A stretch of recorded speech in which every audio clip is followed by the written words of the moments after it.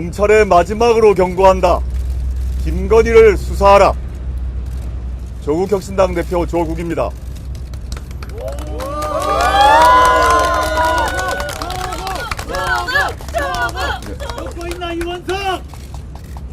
조국혁신당은 오늘 4월 10일 총선 이후 첫 기자회견을 서울 서초동 대검찰청 앞에서 합니다.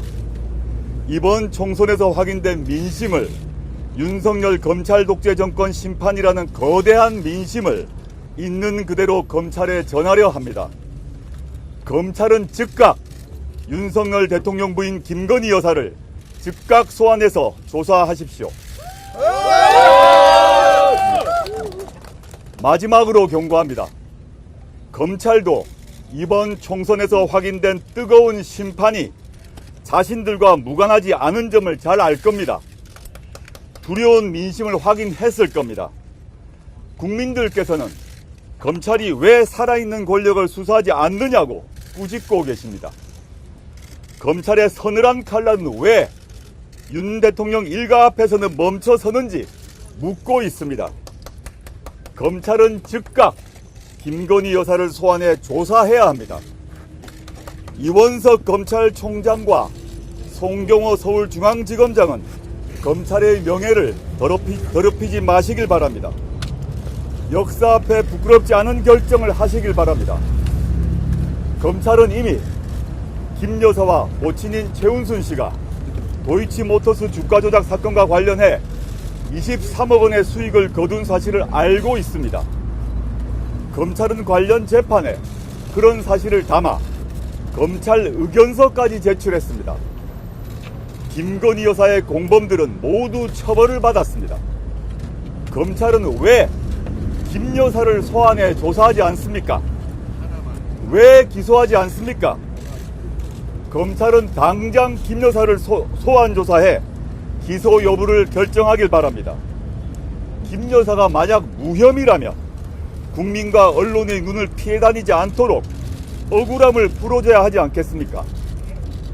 다른 하나는 명품백 수수 관련 사건입니다.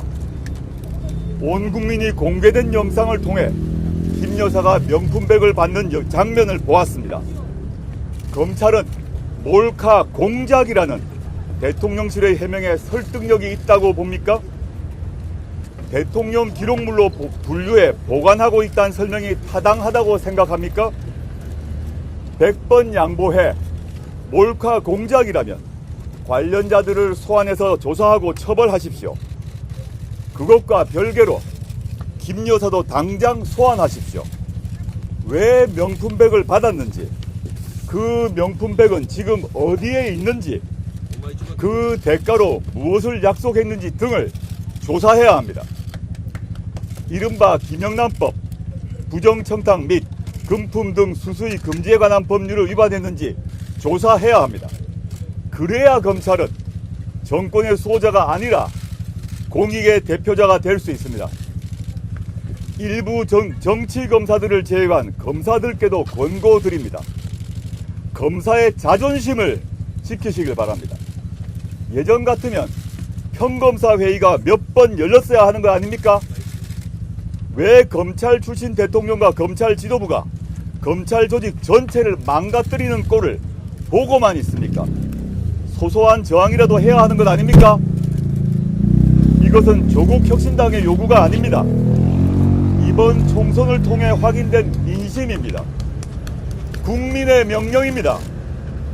이와 같은 국민의 명령을 받아들이지 않을 경우 검찰 조직은 국민의 신뢰를 완전히 상실하게 될 것입니다. 조국혁신당은 검찰이 국민의 명령을 따르지 않을 경우 22대 국회 개원 즉시 대통령 부인 김건희 여사 종합특검법을 민주당과 협의해 신속하게 추진할 것입니다. 검찰이 수사에 나서지 않는다면 김 여사는 특검의 소환 조사를 받게 될 것입니다. 다시 한번 말씀드립니다.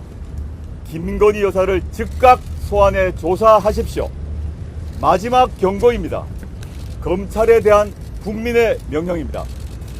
2024년 4월 11일 조국혁신당 국회의원 당선자 일동.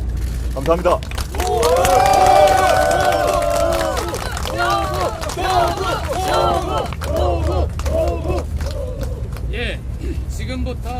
언론인들의 질문을 받겠습니다.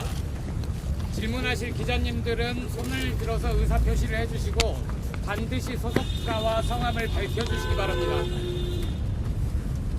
예. 정 기자님? 네, 그 연주라고 합니다. 오늘 이제 비례대표 당선인이 총 12분이 되신 건데 당초 목표를 삼으셨던 10석보다 소폭 높은 숫자가 나왔어요. 죄송합니다. 네. 말씀 중에 죄송한데 오늘 기자회견에 관한 질문부터 우선적으로 받기로 네, 그렇게 했으니까 할게요. 이에 대한 평가 부탁드릴게요. 네, 그건 나중에 말씀드릴게요. 예. 오늘 기자회견 내용 중심으로 질문해 주시고 그 외에 다른 뭐 정치적 사안은 제가 따로 뒤에 말미에 답드릴게요. 저 오마이뉴스 유승현 기자입니다. 네. 김건희 여사 종합특검법이 기존에 그 제출이 됐던 특검법에서 어떻게 내용이 보장되는가요? 기존 그 제출되었고 윤석열 대통령이 부인을 방어하기 위해서 거부권을 행사했지 않습니까? 그 경우는 주가 조작만 들어있죠. 주가 조작만.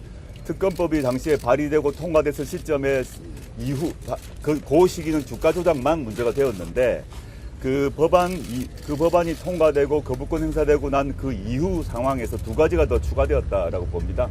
첫째는 다들 아시는 오늘 제가 기자회견에서 말씀드렸던 명품백 수수가 다 알고 있고 두 번째는 양평고속도로 건입니다. 양평고속도로가 왜 갑자기 휘었는지 그래서 김 여사의 친정 쪽으로 갔는지 최근 보도에 따르게 되면 그 수익이 뭐 얼마다 아주 막대한 금액의 수익을 본 것으로 나왔더라고요. 이 관련해서 그 양평군청과 국토교통부와 대통령 비서실, 용산 비서실이 어떠한 역할을 했는지 왜냐하면 거기에 양평에서 그 고속도로가 휘려면 절차적으로 보게 되면 타당성 문제가 해결돼야 되고요. 그다음에 양평군청 차원에서 통상의 절차로 보게 되면 청문회 등을 해야 됩니다. 이것이 모두 생략됐어요. 누가 어떤 이유로 그런 통상적 절차를 생략하고 그런 양평고속도로라는 엄청난 큰 토건 사업을 휘게 했는지를 밝혀야 된다고 보고 있습니다. 아마 그게 다 포함되지 않을까 생각합니다. 예, 다음 질문 받겠습니다. 예, 저쪽입니다. 팩트 소장입니다. 이번에 조금만 크게 서기지 않아요? 네네.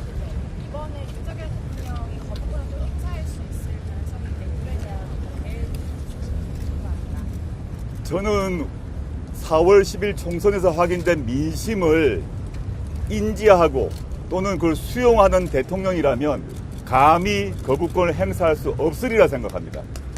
그런데 그 민심을 4월 10일 총선에 확인된 민심을 거부하고 외면하고 무시하는 대통령이라면 또 거부권을 행사하겠죠. 그럼 그 거부권 행사에 대해서는 국민이 다시 한번 심판할 것입니다. 예, 또 다른 질문 있습니까?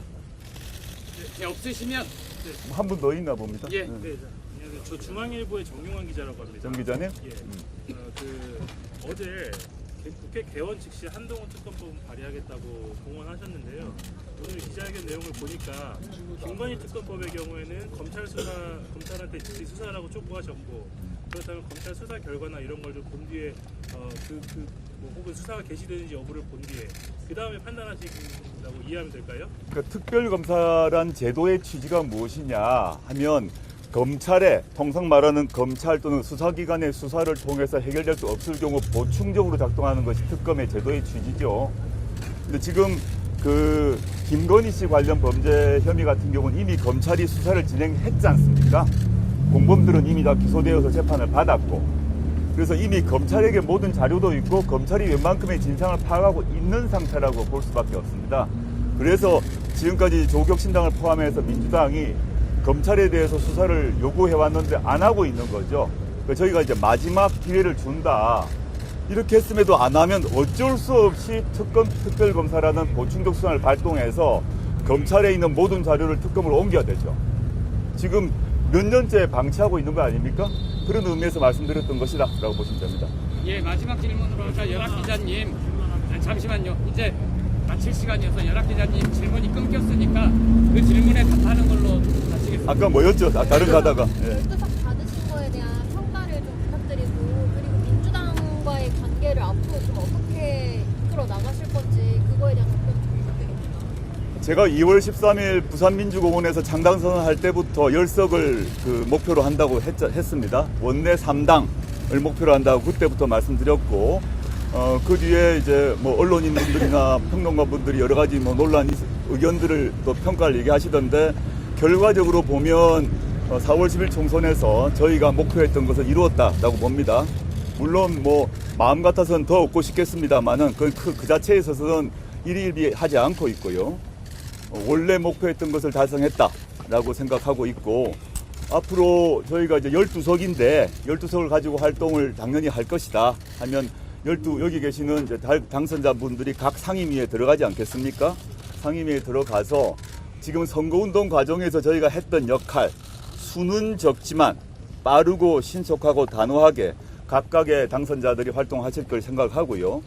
그 다음에 법안 통과, 오늘 말씀드렸던 뭐 김건희 특검법 문제건 또 저희가 1호 법안으로 이미 준비하고 있는 한동훈 특검 가든 간에 어떤 특검법이든 법안을 실제 본회의에서 통과하려면 반드시 민주당과의 협력이 필수적 아니겠습니까? 그래서 조만간 저는 이제 민주당 측과 공식 정책 협의나 또 앞으로 원내 전략 관련해서 협의를 할 것 같아요. 그걸 통해서 당연히 법안 통과 공통의 대의가 또 공통의 목표가 아주 많기 때문에 그 점은 적극적으로 협력을 해서 신속하게 처리해야 된다고 봅니다. 제가 오늘 아침에 그 방송을 통해서 이해찬 선대위원장님이 하시는 말씀 제가 들었어요. 이해찬 총리께서 말씀하시기를 지난번 과거에 180석 있었던 데를 반성해야 된다라고 하시면서 지금 다시 그 정도의 의석을 가지게 되었는데 과거의 교훈에 따라 과거를 반추해 보면서 과거처럼 하지 말고 보다 신속하게 법안 통과 등의 행동에 나서라 말씀하시는 걸 제가 들었는데 뭐 전폭적으로 절대적으로 공감하고 있습니다. 예, 그럼 이상으로 잠시만요. 이상으로 윤석열 대통령 배우자 김건희 여사 검찰 수사 촉구 기자회견을 마치겠습니다.